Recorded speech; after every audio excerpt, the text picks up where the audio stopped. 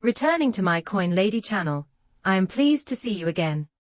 Since at least 2023, exchange-traded funds, ETFs, have been a major topic of discussion.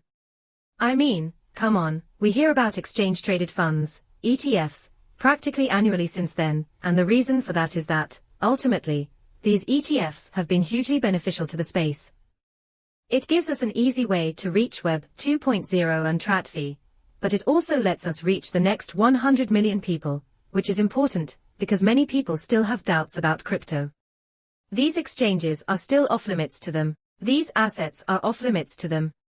Therefore, by using trustworthy names, individuals can feel a bit more at ease touching this space. They consider BlackRock, in other words. The reasoning given is that with a portfolio of $10 trillion, I should have no problem putting my faith in them. This makes them feel much more at ease and secure right away. That is why these ETFs are an important part of the larger picture when it comes to widespread adoption. At the moment, when we consider exchange-traded funds, ETFs, the first thing that comes to mind is Bitcoin and Ethereum, correct? They are the only two with an exchange-traded fund, ETF. So where does XRP, the third major competitor, fit in? There is some very major news regarding this, you know. That makes BlackRock a major player. This is the most well-known name in the industry, particularly in relation to exchange-traded funds, ETFs. We know this because they are the market leader in Bitcoin ETFs and have been instrumental in bringing Bitcoin to the masses. How large have these ETFs been, assuming we consider that correctly? First, if we scroll down to the bottom of the page, we can see that ETFs reached $35 billion in 2024.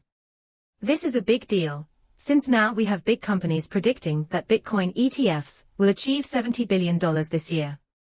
This is in stark contrast to the figures from 2024, however, many continue to argue that ETFs are meaningless.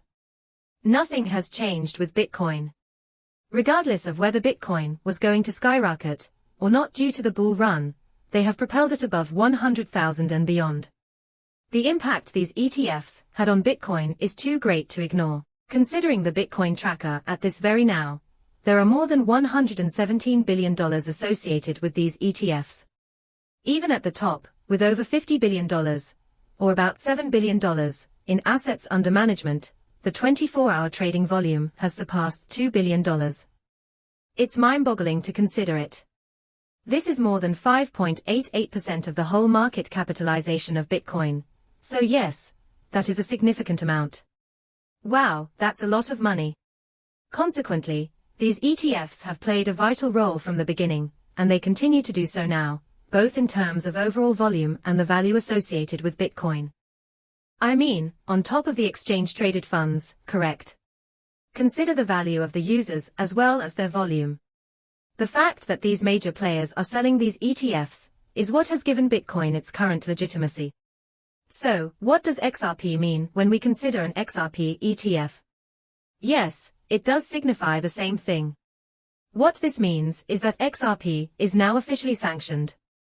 This means that major firms like BlackRock, Fidelity, Grayscale, or Bitwise can now facilitate the purchase of XRP for those who were previously hesitant to do so through crypto exchanges due to trust issues or other reasons. So, in my opinion, these XRP-related ETFs are still very much in the spotlight. Now that the 19-day notice has been formally posted to the Federal Register, all eyes are on Grayscale's, XRP, and ETFs. The only thing this signifies is that the timer has begun. Finally, on or by October 18th, the SEC government must decide whether to approve or reject. One could argue that it's an extremely long period to wait for something. Yes, it is. But it's also very possible that it might happen right now. The 18th of October is not necessary. It may occur either before or on. They are granted 240 days to take action, after which they will be able to respond appropriately. Their deadline is that day.